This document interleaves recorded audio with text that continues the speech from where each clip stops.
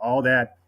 You talk about when you retire, like the stress just falls away. And for me, it did. And you don't realize how much stress you're under until actually, you're done. And it's like, and even then too, it's like, it's not like all the stress like automatically lifts off your shoulders. It's basically something, it's like, it took a few weeks for me to go ahead and finally realize, I'm like, wow, I don't have to get up at 6 a.m. anymore. I don't have to respond to emails at 11:30 at night because my colleague in Asia Pacific is having a problem. It was great to go ahead and not be able to have to worry about that anymore. What if retirement feels less like a number and more like taking off a 30-pound jacket you forgot you were wearing? Today, you'll hear from Christian, who spent 30 years on call 24/7 and had no idea how stressed he was until he retired and that stress alleviated. So if you've ever wondered what the first 18 months of retirement actually feel like, liberating, different, maybe even a little bit surprising, this episode's for you. Thank you for joining me today, Christian. How long have you been retired for now? I've been retired now about 18 months. I retired in March of 2024. And what did you do for work prior to retiring? I worked for a major chemical manufacturing company. I worked in the regulatory department as a system specialist to help generate and process documents needed to ship chemicals globally. All right. So a career there, 18 months of retirement. If you could describe these first 18 months of retirement in one word, what would you use? Different is something I would go ahead and use as a word. Obviously, retirement for me was I was fully prepared to go into it. I was ready to retire, but it never, like life, it never works out exactly as you think it's going to go ahead and work out. So I'm going to say different is one word, but also liberating is also another word I would use. And that was the word I was going to pick until you phrased the question that way. And I'm like, yeah, it's been different for sure. Okay. Let's double click into both those, different and liberating. Starting with different than what you expected it to be, different from your working years, different in some other sense.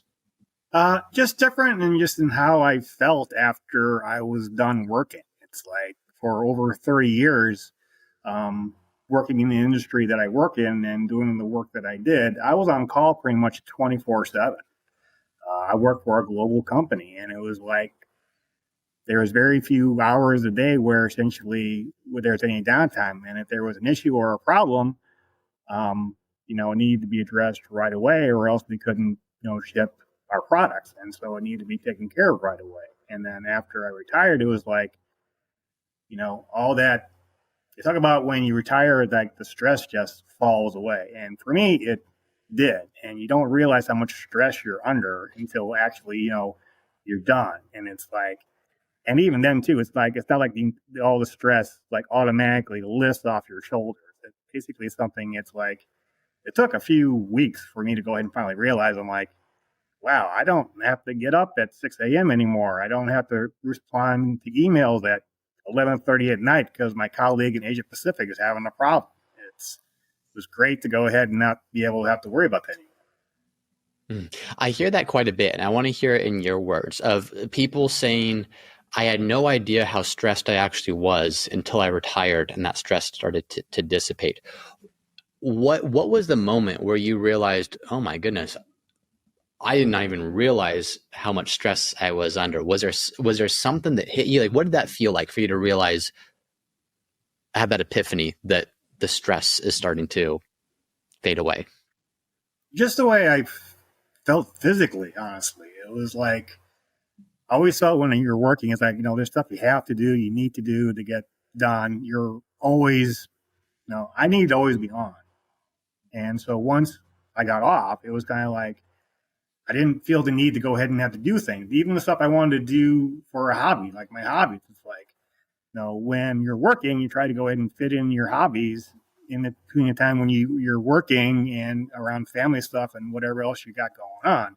Now, even with the hobbies, it's kind of like, I don't have to do this particular thing now because, I'm not going to be required to really be anywhere tomorrow or the next day or in the next week. Mm-hmm. And it just basically physically, you just feel different. And then like a lot of time when you're dealing with stress, you do things that, honestly aren't the best for you. It's like, you may eat too much, you may drink too much. And then honestly, after I retired and all the stress was gone, it was like, I don't feel like doing those things that were helping me cope with the stress, because the stress is gone and I can actually focus now on trying to, live a little bit healthier, live a little bit cleaner, and just be, at peace with myself, which was something when you're working, especially in a high stress environment and everyone's depending upon you. It's, really hard to go ahead and, just, it's hard to turn it off. And, once you retired, it's like, you just didn't turn it off. You just pulled the plug entirely. So it's like, it's completely gone. And so it's like, and then you just realize it's like, man, I didn't have any idea that how much stress I was under. And now it's gone. You're just, it's free. Yeah. Yeah. A related question, and I agree fully with what you just said of we're people, we naturally cope. Is it eating too much? Is it drinking too much? Like, what do we do to try to find that elusive piece that maybe we can't find when there's heavy stress, heavy deadlines, heavy responsibilities on us? To what extent did that play a role in your decision to retire? Did you feel yourself saying, I just can't get there, I'm doing things I don't want to do? Or was that totally separate from your decision to retire?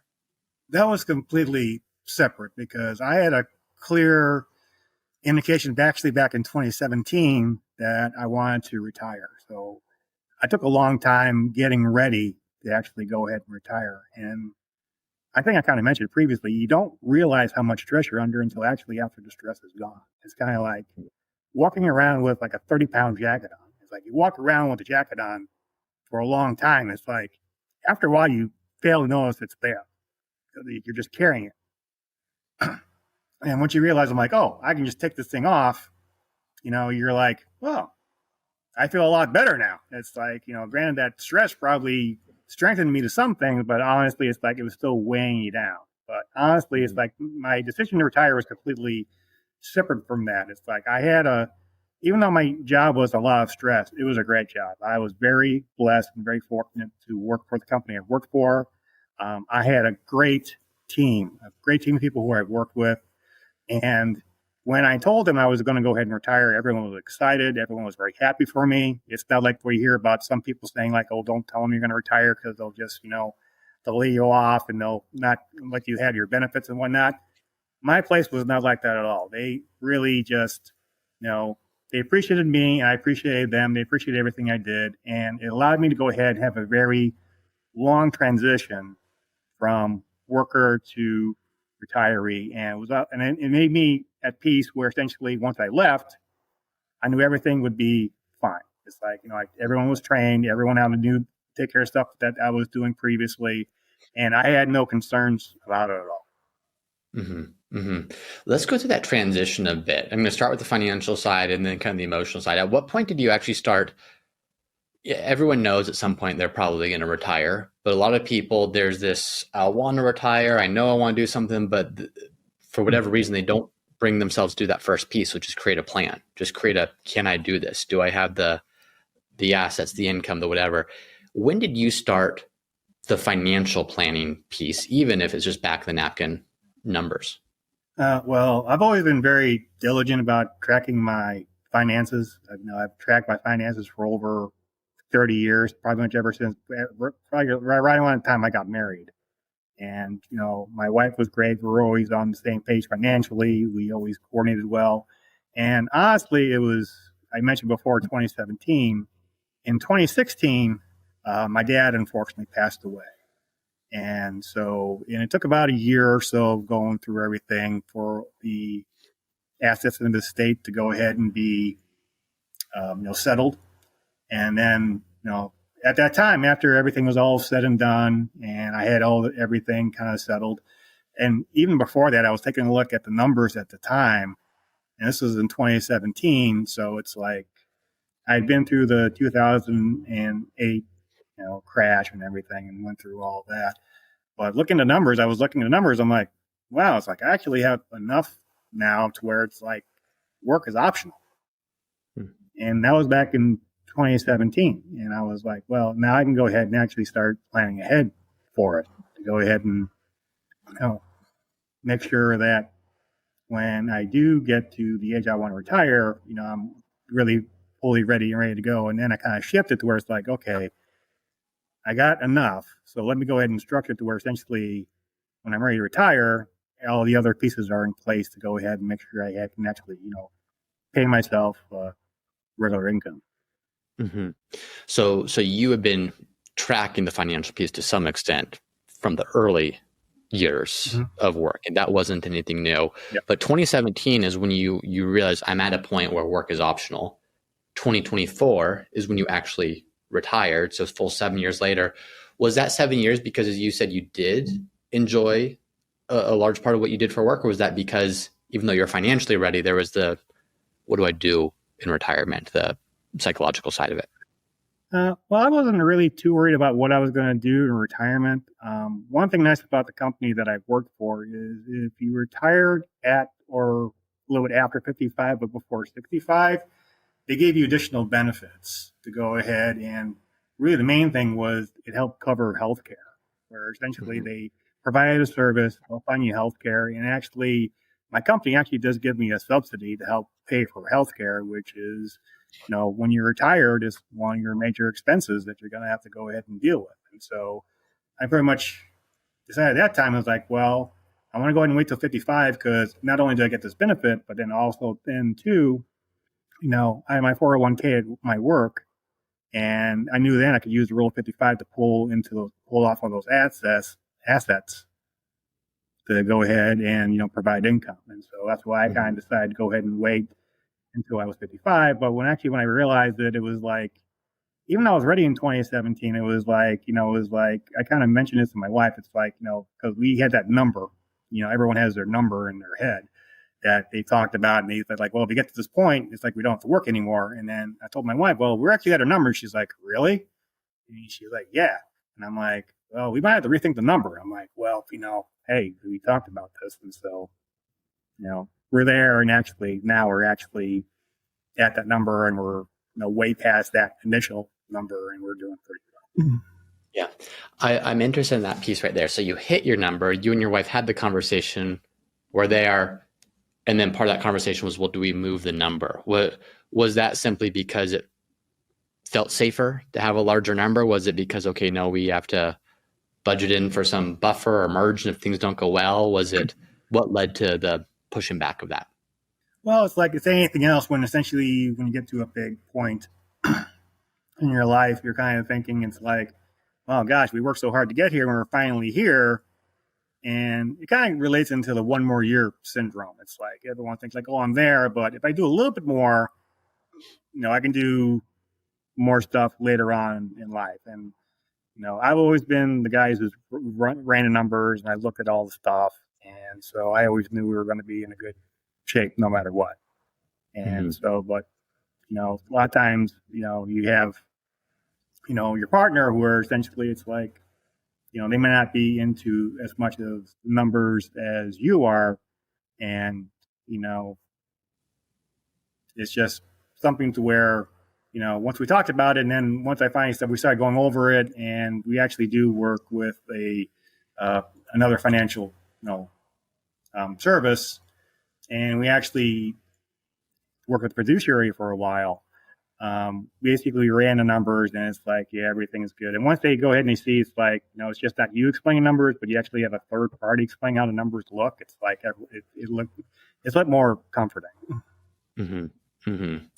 There is that extra layer of comfort there to know you're not just at your number, but you're a bit beyond your number and have some outside validation for that.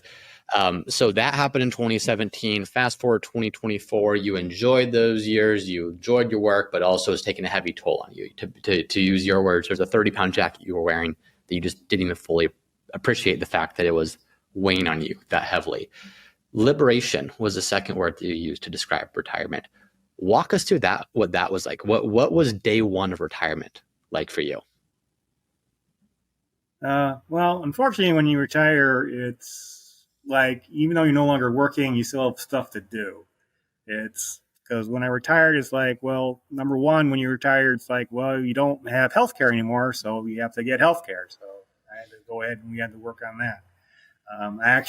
My job actually had a pension. And so I had to decide what to go ahead and do with that. And I had to go ahead and do all that administrative stuff. And then actually had to go ahead and it's like, well, I retired in March. It's like, and I'm no longer pulling I was going to get one more paycheck.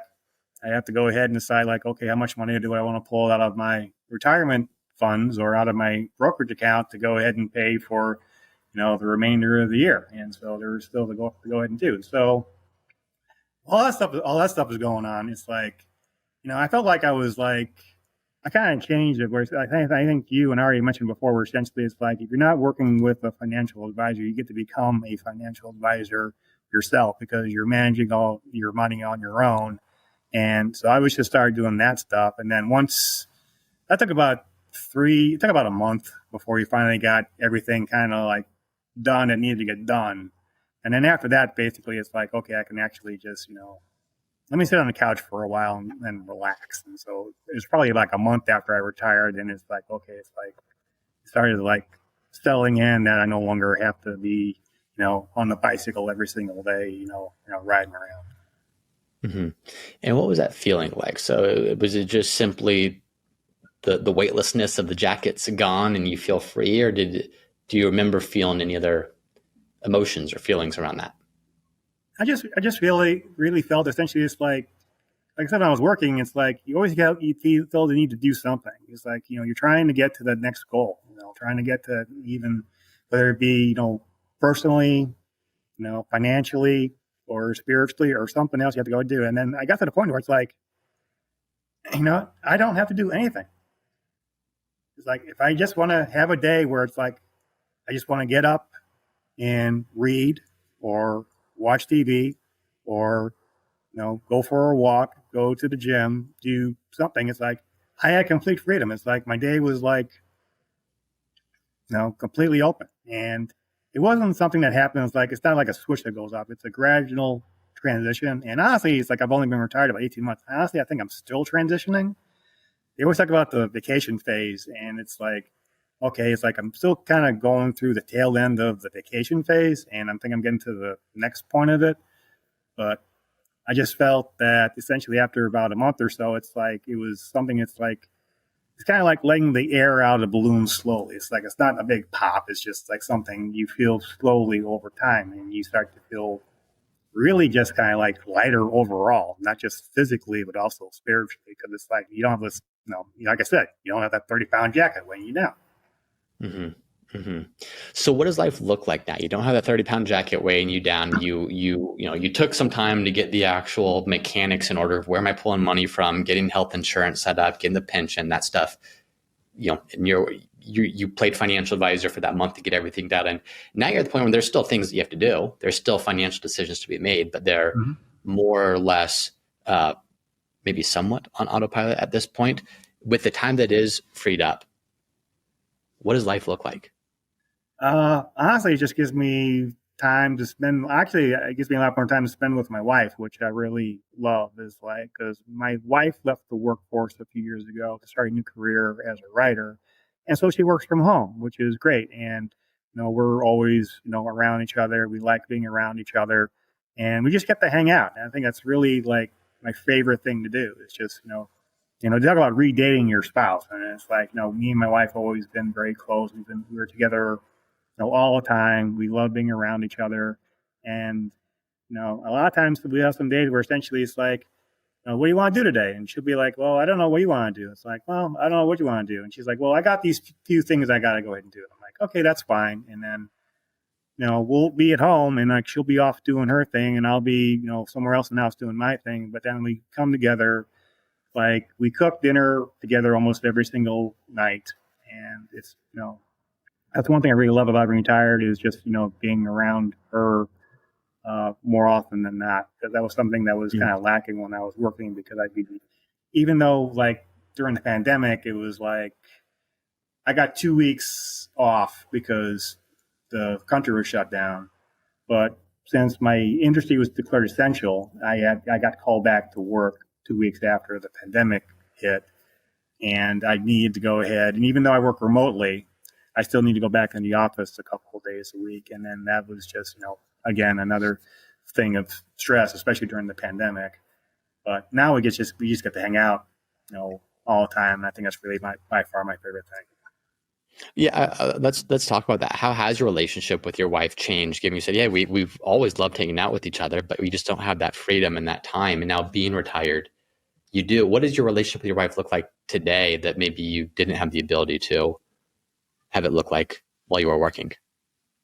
Well, it was always good, and but she just she loves. I love being around her. She loves being around me, and just being in that presence. And I was going to go ahead and relate that to another story that I had because my dad. Um, I was first introduced to the concept of retirement when I was 18 because my parents had me when they were in their late 30s, and so by the time I'm ready to go to college, my dad's in his mid 50s along with my mom. And so basically, he kept on telling me, like, once you go to college, I'm going to retire. I'm like, okay, Dad, that sounds great. And he could do whatever the heck he wanted. And then after I went to college, he basically said, like, well, I'm going to wait until your younger sister goes to college, who's 3 years behind me. And I'm like, okay, Dad, that's fine. Whatever, do what you're going to go ahead and do. And then he kept on pushing it off, pushing it off, and pushing it off. And I never really found out, why. And it was, and unfortunately, at this time, my mother was also, very ill. She suffered from rheumatoid arthritis, and she was, very sick. By the time I was in high school, she had trouble walking around. By the time I got married, she was in a wheelchair pretty much 24/7. She couldn't get around on her own.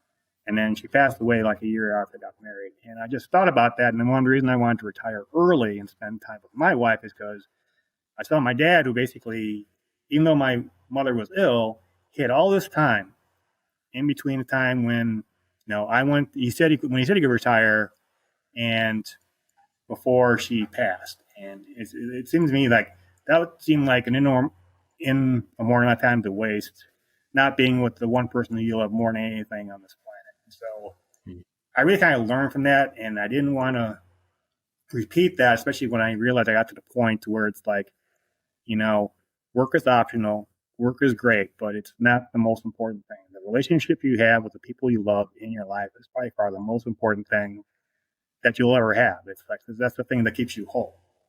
And so I wanted to make sure that, I maintain that. And I always people always say like, you struggle with your identity after you retire. It's like my job was something I did, but that's not who I am. No, my goal was like, number one, I want to be the best husband in the world. That's like my primary goal. And being with my wife and just being around her and making sure she does everything she wants to go ahead and do and that she's happy and fulfilled. That's my main goal in life. And so that's why, number one, why I wanted to retire early and spend time with her, but also why what happened with my dad. It's like, I want to make sure I didn't repeat. I don't think it was a mistake, but I don't think it was the best choice. Yeah. Well, thank you for sharing that, Christian. It reminds me, it's, I sent out an email to clients maybe a year ago. I forget exactly when, but something along the lines of, hey, what's one thing that you've always wanted to spend money on, but you never done it? And the responses were great. It was like, hey, I want to go see a Yankees game at Yankee Stadium, or I want to go, whitewater rafting with my grandchildren, or it was typically things that weren't super expensive. It's just things that have been on the to-do list forever. And then one client in particular, she sent me an email. She said, hey, I've always had this dream. My husband and I always had this dream of, taking a train through Alaska and doing these epic things along the way.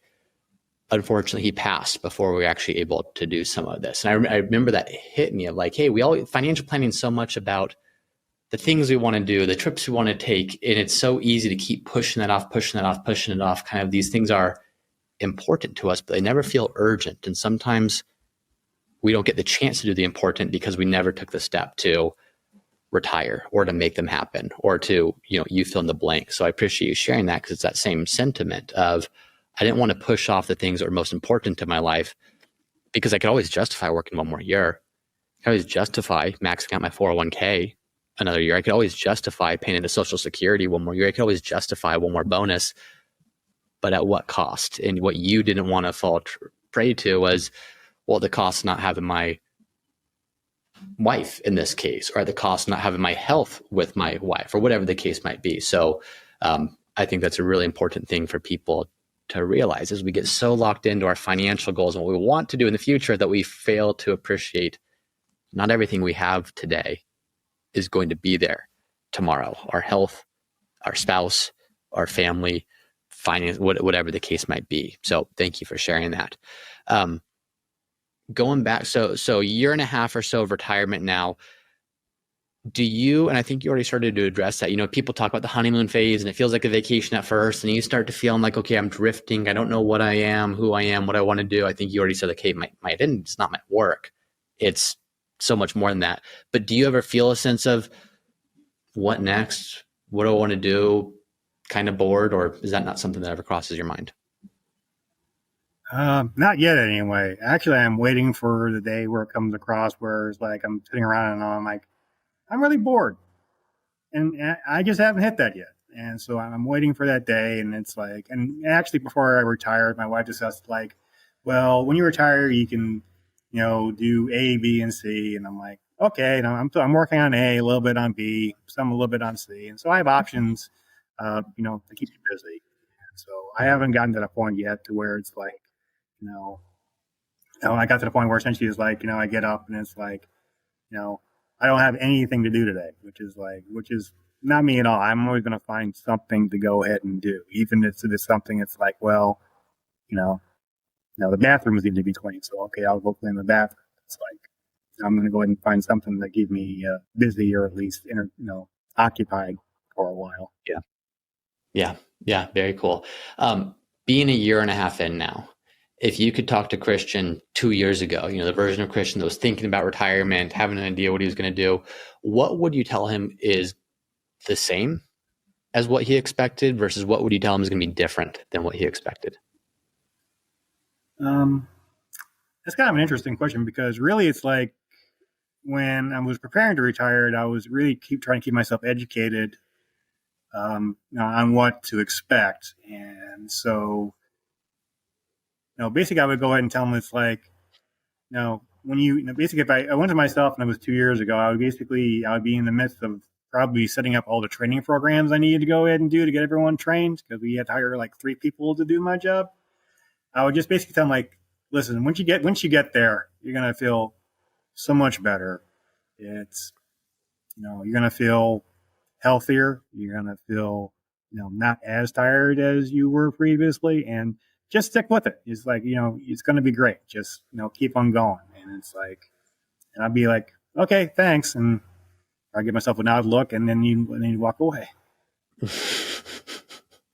Yes, stick with it. It's going to be great. I think that sticking with it, and a theme I hear in talking to people is you don't always know exactly what it's going to look like. But if you keep trying new things, and if you keep, whether it's cleaning the bathroom or it's going on a date with your wife or it's taking a new trip, just keep doing things. You're going to find that thing that brings you a lot of adventure or joy or contentment or whatever it might be. I think you mentioned like you read a lot or you watch a lot, like you prepared for this, it sounds like, where it wasn't just something you randomly stepped into without thought to what are the finances going to look like, what's life going to look like. What guidance would you give to that person who maybe on the financial side, they say, I've watched 100 YouTube videos, I've listened to 100 podcasts, I know how much I need to have in my portfolio, I know what tax strategies to do, I know where to pull money from first. That's not my problem. My problem is I don't know what's on the other side. I just want to hear someone who's there tell me what I should be thinking about or what I should start doing to prepare for maybe the psychological shift or the emotional shift. Any words of wisdom based on your experiences or those of others you've talked to that you might share? Yeah, it's kind of weird you mentioned that, because it was funny, because right when I was getting to retire, I had another coworker who I work with. She's on my team, and she was about my age, maybe a little bit younger, and she wanted to talk about retirement because she was ready to retire. Her husband wasn't. Her husband was basically, he didn't want to retire. He didn't want to talk about it.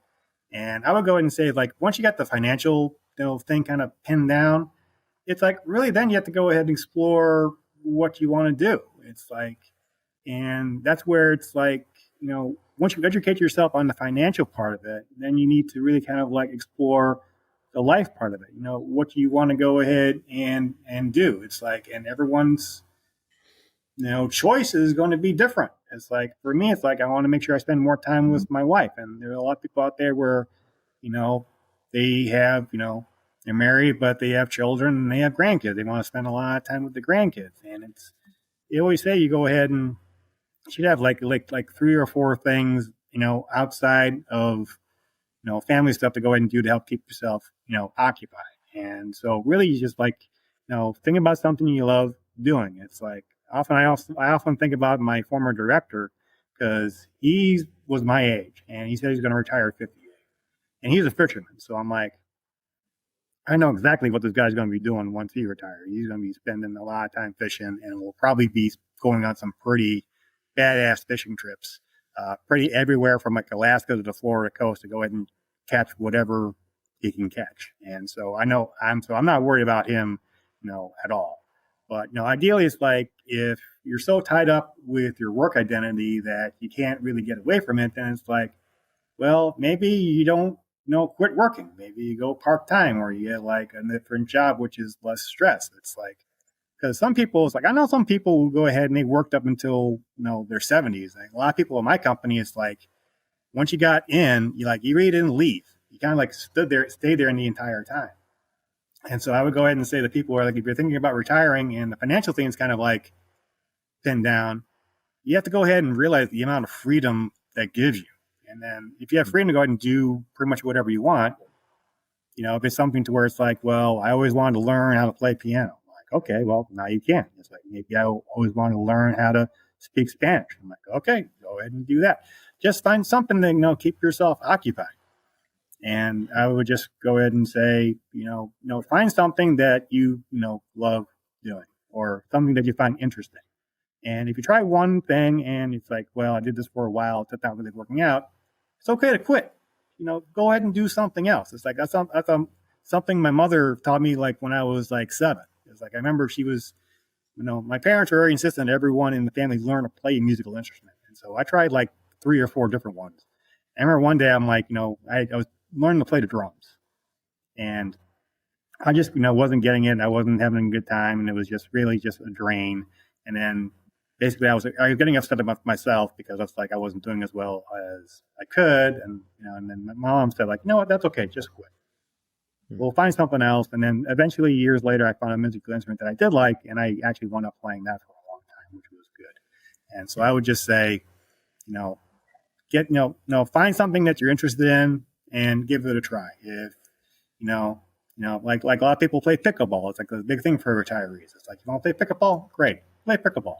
If you don't want to play pickleball, you don't have to. There's other things you can go ahead and play. You can play golf. You can play tennis. You can do something else. I would just say, find something that, interests you and, just give it a try.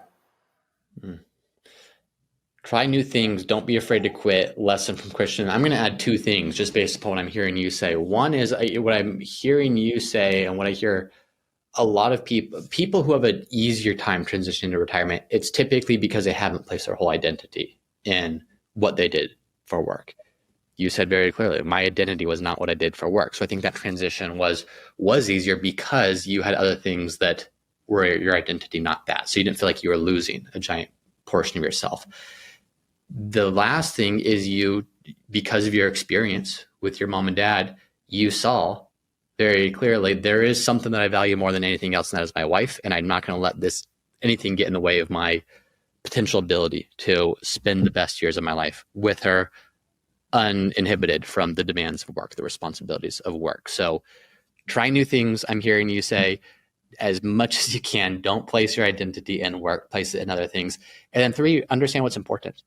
And don't let something that's important shift to the wayside because there's other things in front of you, like making more money or promoting up or doing other things that aren't actually the true things that you value. So lots of important lessons, I think, here in your experience.